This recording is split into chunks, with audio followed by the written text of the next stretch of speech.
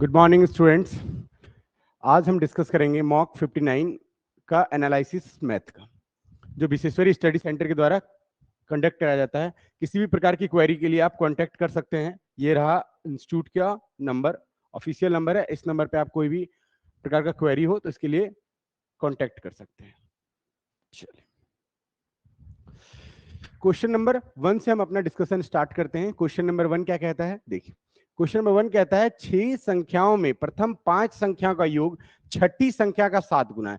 यानी कह रहा है प्रथम 5 संख्याओं का योग जो है वो छठी संख्या का 7 गुना है। मान लेते हैं कि छठी संख्या क्या है, कुछ भी मान लेते हैं, x या n, n ही मान लेते हैं। चलिए, छठी संख्या कौन है, n। बोला 5 संख्याओं का योग जो है, यानी 5 संख्या का योग क्या हो जाएगा, छठी संख्या का 7 गुना।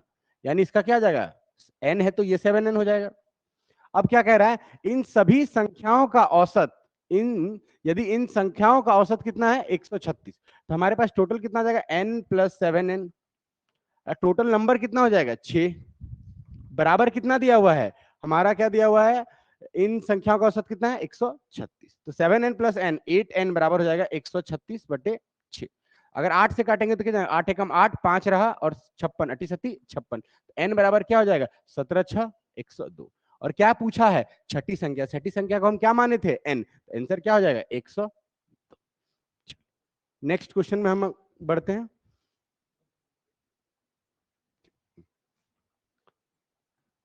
चलिए, क्वेश्चन नंबर 2 क्या कहता है, यदि x उस संख्या का वर्ग है, x उस संख्या का वर्ग है जो इस इक्वेशन का मान निकलता है, उस संख्या का क्या है, वर्ग है, तो 81x क्या होगा। पहले इसको आराम से सॉल्व करते हैं। आपको पता होगा, अगर बोर्ड मास पढ़े तो सबसे पहले हम क्या यूज करते हैं, का 6 चौके 24 और 1 25/4 गुना 2/5। तो अगर काटेंगे तो 5 25 और ये 2, यानी 5/2 हो जाएगा, डिवाइड 3/7। तो अगर गुना में चेंज करेंगे तो ये पलट जाता है 7/3। ठीक, 1 2/7 यानी 7 9 2/7 गुना, ये हो गया आपका, को 11 1/4 से भाग देने पर, यानी कितना देना है 11 1/4, तो 11 चौके 44 और 1 45/4 से डिवाइड करना है। चलिए इसको सॉल्व करते हैं फटाक से। देखिए, यहाँ हमारा 5/2 आया, यहाँ पे 3, अगर गुना करेंगे तो 35/6, 9/7 गुना 35/6 डिवाइड है 45/4। अगर गुना में चेंज होगा तो 4 बटे क्या आ जाएगा 45। चलिए, अगर इसको काटते हैं तो कट जाएगा 7 5 35, 5 नमा 45, 9 से 9 कैंसिल, 2 दूना 4, 2 तिया 6, यानी x का वैल्यू कितना आ गया 2/3। बोला जो इसका मान आ रहा है उसका स्क्वायर है x, यानी x कितना हो जाएगा 4/9। अब हमसे पूछा क्या है 81x का वैल्यू, 81x क्या हो जाएगा 81 गुना x का वैल्यू हम क्या निकाले 4/9, गुना करेंगे तो 9 नमा 81, 9 चौके 36, आंसर क्या आ जाएगा 36। बेसिक है, कुछ नहीं है, आराम से देख लीजिएगा। नेक्स्ट क्वेश्चन, बोला √33 का अगर आपको वैल्यू दे दिया है तो हमसे पूछा गया है √3/11 का वैल्यू क्या होगा। निकालने के कई तरीके हो सकते हैं, जिसमें बेस्ट तरीका होगा, देखिए √33 का वैल्यू है, हमसे पूछा है √3/11, हमें किसी भी प्रकार से इसको 33 बनाना होगा, तभी ना हम इसके वैल्यू को निकाल पाएंगे। हम आराम से देखिए 33 बनाने के लिए इसको 11 से गुना करेंगे, नीचे भी 11 से गुना कर दिए, कट के तो 1 आ जाएगा, कोई रिमेनिंग वैल्यू बचेगा नहीं। तो लिख सकते हैं √33/11, √33/11 गुना 11, तो √33 तो ऊपर में बच जाएगा, 11 का 11 निकल जाएगा। √33 का वैल्यू दिया हुआ है 5.745/11, 11 से अगर कट करेंगे तो 11 पॉइंट तो यही रहेगा, 11 5 55। देखिए इसमें 0.5 है, तो डिवाइड कर लीजिएगा तो आंसर आएगा 0.5223। चलिए नेक्स्ट क्वेश्चन में मूव करते हैं। देखिए, कहता है एक दूध विक्रेता के पास 21 लीटर दूध है, 42 लीटर टोन्ड दूध है और 63 लीटर डबल टोन्ड दूध है। तीनों अलग अलग प्रकार के दूध है। यदि वह इन्हें टीन के डिब्बों में इस प्रकार पैक करना चाहता है कि हर डिब्बा में उतना ही लीटर दूध हो, किसी भी 2 तरह के डिब्बे को एक में मिलाना ना चाहिए। मतलब टोन्ड दूध है तो टोन्ड दूध ही होगा, अगर डबल टोन दूध है तो डबल टोन दूध होगा, नॉर्मल दूध है तो नॉर्मल दूध होगा, किसी को आप मिला, तो डिब्बों की अपेक्षित न्यूनतम संख्या क्या होगा। देखिए क्या क्या दिया हुआ है, 21 42 और 63। न्यूनतम निकालने के लिए हम एचसीएफ लेते हैं, एचसीएफ लेंगे तो देखिए एक ही आएगा, जिससे सम कट जाएगा, वो क्या आएगा 21। हमसे पूछा डिब्बों की संख्या, अच्छा 21 लीटर को भरने के लिए 21 लीटर वाले एक का जरूरत पड़ेगा, 42 लीटर को भरने के लिए 21 का कितना होगा 2 का जरूरत पड़ेगा, और 63 लीटर को भरने के लिए 21 वाले क्षमता वाले कितना जरूरत पड़ेंगे? 3। तो टोटल 1 + 2 + 3, यानी टोटल कितना? 3, 2, 5 और 1, 6। कितने डिब्बे लगेंगे न्यूनतम? 6 डिब्बे। आसान क्वेश्चन है, देख लीजिएगा इसका लॉजिक। चलिए नेक्स्ट क्वेश्चन आप बोल के बना सकते। देखिए 225, 15 का स्क्वायर, 15 + 154, 169, 13 का रूट, 13 + 108, 121, 121, 11 का रूट, 11 + 25, 36, 36, 6 का रूट, 36 के बाद 6, 10 + 6, 16, 16 किसका रूट हो जाएगा? 4 का। नीचे 8 का अगर क्यूब रूट निकालना होगा तो कितना जाएगा? 2। तो आंसर क्या आ जाएगा? आंसर क्या आ जाएगा? D number 2।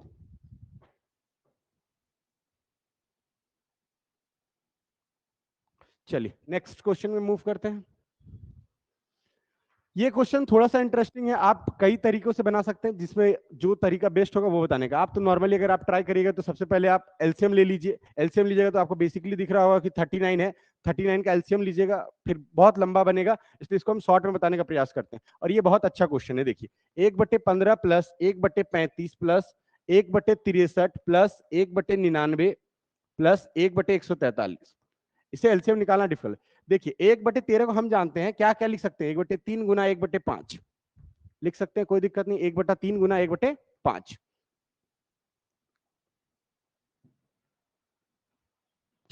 दूसरा हम इसमें क्या लिख सकते हैं? देखिए 1/35 को लिख सकते हैं 1/5 गुना 1/7 प्लस 63 को 7, 9 प्लस 99 को 9, 11 और 143 को 11, 13। आप इस प्रकार के सीरीज को पढ़े होंगे। इस सीरीज में जब होता है, जब सेम नंबर का रेकरिंग 3, 5, 5, 7 अगर 2 के अंतर में अगर घटता है, तो हम इसे एक प्रकार से बना सकते हैं। वो क्या है कि हम 1/3 माइनस 1/5 को लिखेंगे, तो कितना आएगा? 3 × 5 = 15 और यहाँ आएगा 2/15। तो सब में हम क्या करेंगे? 2 को गुना करेंगे। इसी चीज को इक्वल करने के लिए हम यहाँ पे 1/2 को गुना कर देंगे, ताकि यहाँ पे 2 क्या हो जाए? कट जाए। ठीक, अगर हम यहाँ पे 1/2 कॉमन ले लेते हैं,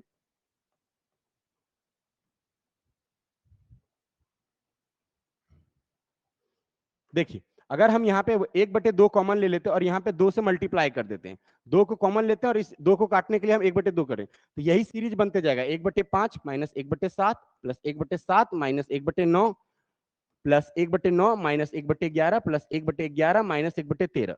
देखिएगा कि 1, 5, 5 कैंसिल, 7, 7 कैंसिल, 9, 9 कैंसिल, 11, 11 कैंसिल। सिर्फ फर्स्ट और लास्ट वाले बच जाएंगे। क्या बच जाएंगे? फर्स्ट और लास्ट वाले। तो फर्स्ट और लास्ट वाले कौन कौन है? 1/3 माइनस लास्ट वाले क्या बच जाएंगे? 1/13।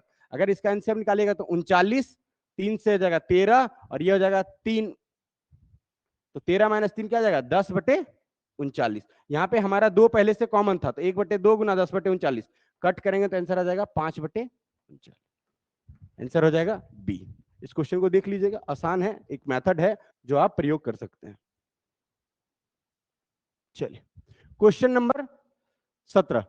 m से आरंभ होने वाले 5 प्राकृतिक पूर्ण संख्याओं का योग n है, तो m + 2 से आरंभ होने वाले 6 क्रमिक पूर्ण संख्या का औसत क्या होगा?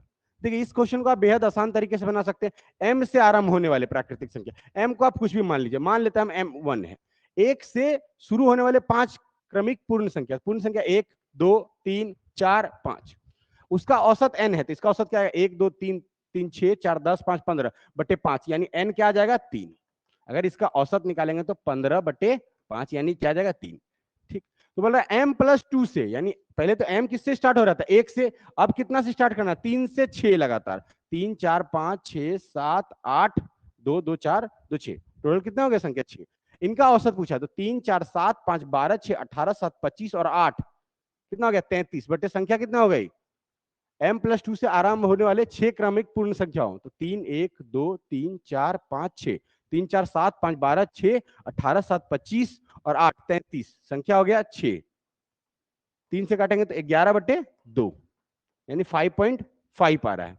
ठीक, अब देखिए इसमें हम चेक करना है कि क्या इसका वैल्यू होगा। चलिए n का वैल्यू हम कहीं पे पुट करते हैं, अगर n का वैल्यू इसमें पुट करते हैं 2 या 6 + 5 11/2, यानी चलिए ये वेरीफाई कर जा रहा है। दूसरा चेक करके देखते हैं, 3 + 5 8, वेरीफाई नहीं करता है। 3 + 2 5, ये भी वेरीफाई नहीं करता है। 2 या 6 + 9 15/2 7.5, ये भी वेरीफाई नहीं करता है। आंसर क्या हो जाएगा? ए नंबर। Next question. किसी शहर की जनसंख्या पहले वर्ष के अंत में 5% बढ़ती है, दूसरे वर्ष के अंत में 4% की कम हो जाती है, और दूसरे वर्ष के अंत में अभी जनसंख्या ये है। तो नॉर्मली मान लीजिए किसी शहर की जनसंख्या x थी, 5% बढ़ी, यानी 105 हो गई बटे 100। अगर काटेंगे तो डायरेक्टली लिख सकते हैं 21 बटे 20। ठीक। दूसरे वंश में 4% कमी होगी, 100 था तो कितना हो गया 96 बटे 100। अभी इसकी जनसंख्या कितनी है 5 5 1 2 2 4। आराम से बना सकते हैं इसको। देखिए इस संख्या को कटाइए, कैसे कट सकता है। सबसे पहले आप 7 से काटिए इसको, 7 तिया 21। ठीक। अब इसको अगर 7 से काटते हैं या 3 से काटिए, 3 सते 21, 3 से काटिए इसको, 3 एकम 3, हाथ में रहा 2, 3 अठे 24, हाथ में रहा 1, 3 तिया 9, हाथ में रहा 2, 3 सते 21, हाथ में रहा 1, 3 चौके 12 और 16। ठीक। अब फिर से इसको काटिए, अगर आप 4 से काटिएगा तो 24, और ये 4 से कट जाएगा 25, यहाँ 500 आ जाएगा, और 24 से ये 4 कट जाएगा। इसका यूनिट डिजिट जब कटेगा तो 4 आएगा और इसका आएगा 5, यानी अंत में आने वाले 20 होंगे। तो आंसर इसके कौन कौन से हो सकते हैं।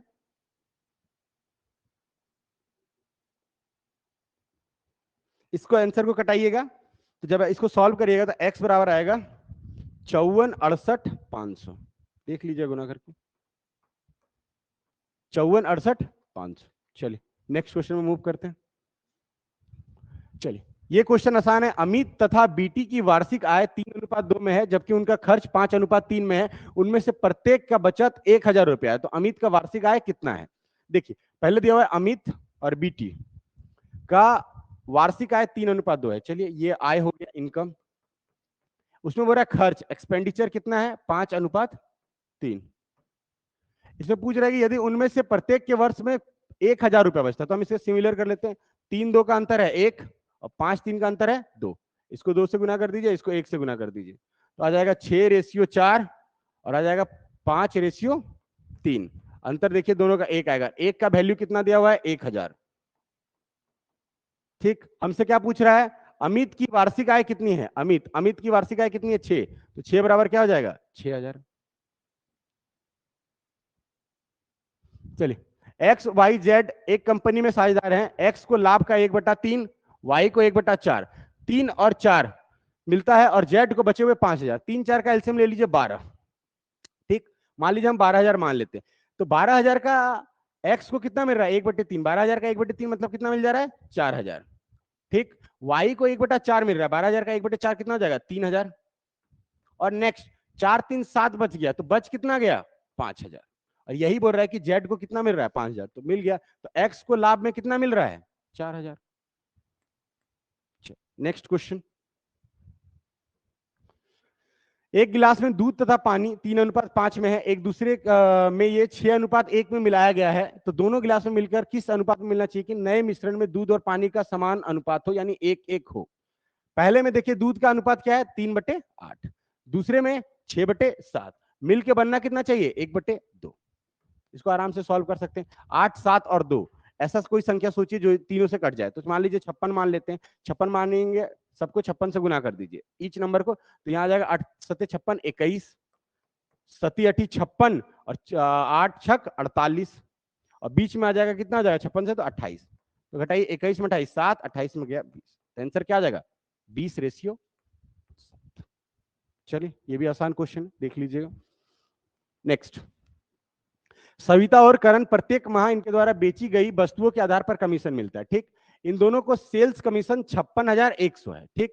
सविता का कमीशन 12% अधिक है किससे करण से। यदि सविता का कमीशन करण से 12% अधिक है, मान लीजिए करण को कमीशन में 100 रुपया मिला। ठीक।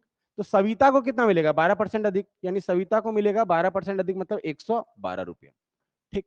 तो मेरा कुल दोनों को कितना मिल रहा है 56,100। इसको 100 यूनिट मिल रहा था, इसको 112 यूनिट मिल रहा था, तो टोटल कितना हो जाएगा 212 यूनिट।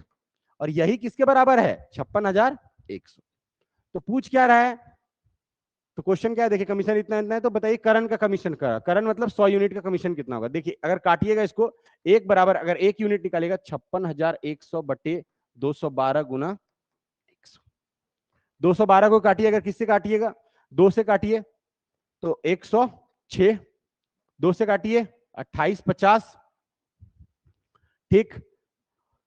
28 50 28 50 56 28,050। उसके बाद अगर काटिएगा तो इसको 106 से काटिएगा तो दशमलव में 106 गुना 2, तो आपका आ जाएगा 106 गुना 2 यानी हो जाएगा 212, कट के फिर आ जाएगा 6।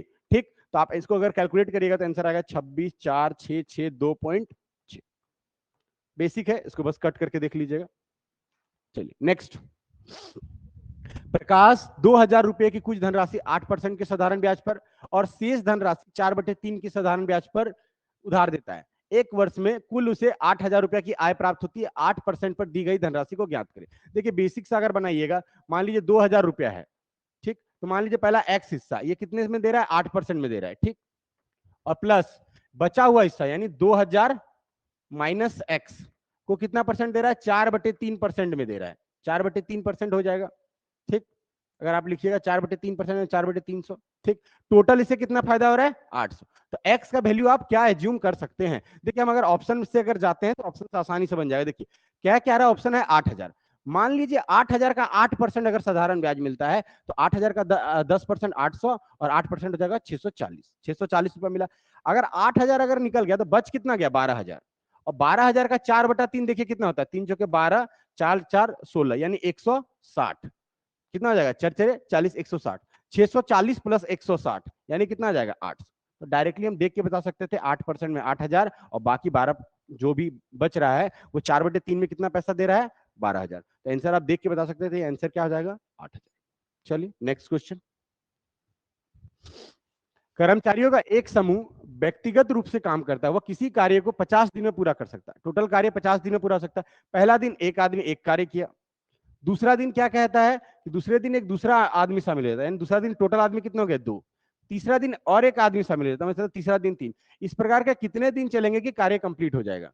पहला दिन एक कार्य हुआ, दूसरा दिन 2 3, मान लीजिए, चलिए लिख लेते हैं। चौथा दिन 4 5 6 7 8 9। अब जोड़ के देखते हैं, 1 2 3 3 6 4 10 5 15 6 21 और 7 28 और 8 36 9 45, यानी 9 दिन में कितना कार्य हो रहा है, 45 कार्य। हमें कम से कम कितना, 50 कंप्लीट करना है टोटल। तो 45 हुआ तो और एक कितना जोड़ना होगा, और एक दिन काम चलेगा, 10 दिन। तो 45 प्लस 10 कितना जाएगा, 55। तो ये बोल रहा है कार्य को पूरा करने में लगभग कितने दिन लगते हैं, तो लगभग कितने दिन लगेंगे, 10। इसका एक फॉर्मूला है, देख लीजिएगा, n+1/2।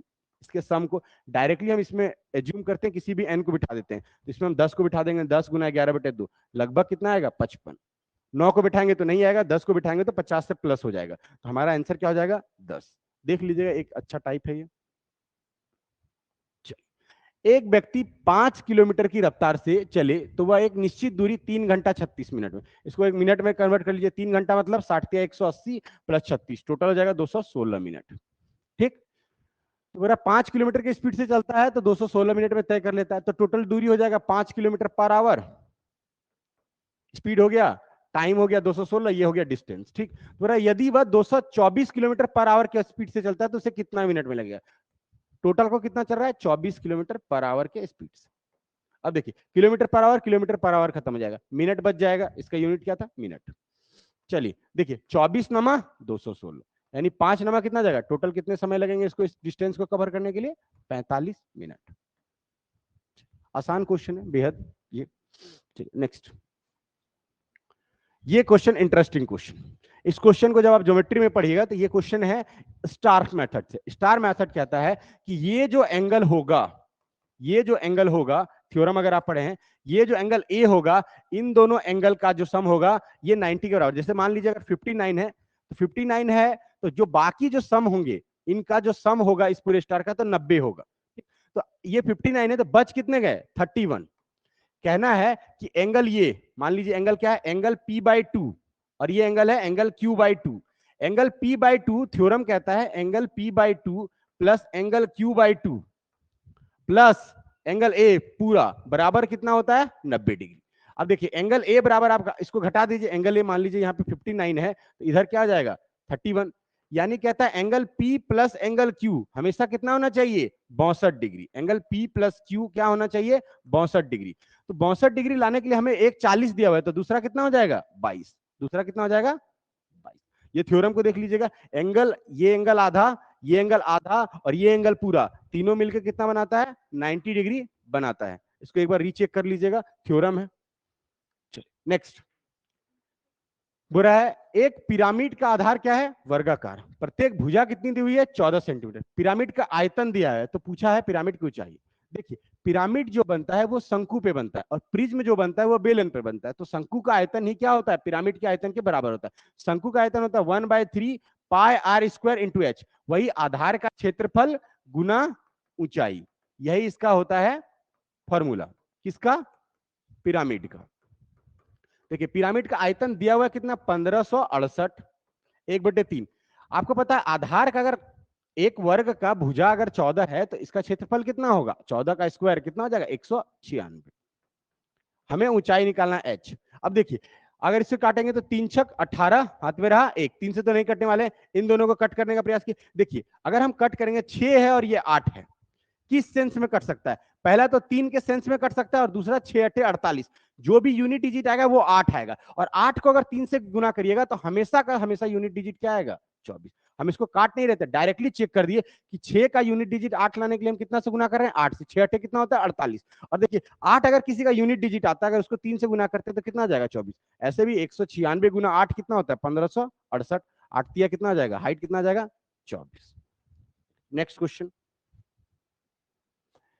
बेहद आसान क्वेश्चन, ये ट्रिगो का है। इसमें तो एंगल आपको बोल रहा है कि किसी भी एंगल को सेटिस्फाई करिए और एंगल को बिठा दीजिए। एंगल को सेटिस्फाई करेंगे तो हम डायरेक्टली जब भी √3 या √3 आएगा तो हम एंगल को किसको कंसीडर करते हैं? पहले 60 और 30, दो ही एंगल में 3 आने की चांसेस होती है। चलिए हम 60 को पुट करते हैं। cos 60 का मान कितना होता है? हाफ, स्क्वायर हो जाएगा 1/4। cot 60 का मान क्या होता है? 1/√3, 1/√3 का स्क्वायर 1/3 माइनस 1/4, यानी 1/4। 3 4 का एलसीएम 12, 12 को अगर ऊपर करिएगा तो 4 माइनस 3 1, 1/12 गुना करेंगे 1/4 गुना 12, तो आंसर क्या आ जाएगा? 3। यानी थीटा बराबर 60 डिग्री सेटिस्फाई करता है। अब हम इस थीटा बराबर 60 को बिठा देंगे। कॉट 60 का वैल्यू क्या होता है? टेन 60 का वैल्यू होता है √3, कॉट 60 का वैल्यू 1/√3। कॉसेक 60 का क्या होता है? साइन 60 का होता है √3/2, तो कॉसेक 60 का क्या हो जाएगा? 2/√3। तो आंसर क्या आ जाएगा? 3/√3। तो अगर √3 से √3 काटेंगे तो कितना आ जाएगा? √3 आंसर। देखिए, चलिए नेक्स्ट। ये क्वेश्चन आसान है। देखिए क्या कहता है? एंगल ए अगर 55 डिग्री दिया हुआ है, एंगल ए कितना दिया हुआ है? 55 डिग्री दिया हुआ है, ठीक। तो पूछा हमसे क्या है? एबीसी में बी पर सी पर बाह्य कोण का योग बताइए। बाह्य कोण का योग यानी एंगल 3 प्लस एंगल 4 पूछा है। एंगल 3 प्लस एंगल 4 बराबर वॉट। अगर ये 55 होगा, एक ट्रायंगल का जानते हैं टोटल सम कितना होता है? 180। एक ट्रायंगल का टोटल सम कितना होता है? 180। 180 होता है तो 55 है, तो बाकी बच कितने जाएंगे? 55 5 60, 125। यानी कह सकते हैं एंगल 1 प्लस एंगल 2 बराबर कितना हो जाएगा? 125 डिग्री। अगर ये 125 डिग्री होगा तो मान लीजिए ये थीटा है, तो ये क्या हो जाएगा? 125 माइनस थीटा। तो अगर 125 आपको पता है एक सिंपल लाइन, एक रेखा जो होता है वो कितना बनाता है? 180। तो 125 माइनस थीटा है, तो एंगल 3 क्या हो जाएगा? 65 प्लस थीटा। तभी होगा 125 5 30 और 50, यानी 55 प्लस थीटा, तब 180। इसी प्रकार अगर ये थीटा है तो ये कितना हो जाएगा? 180 माइनस थीटा।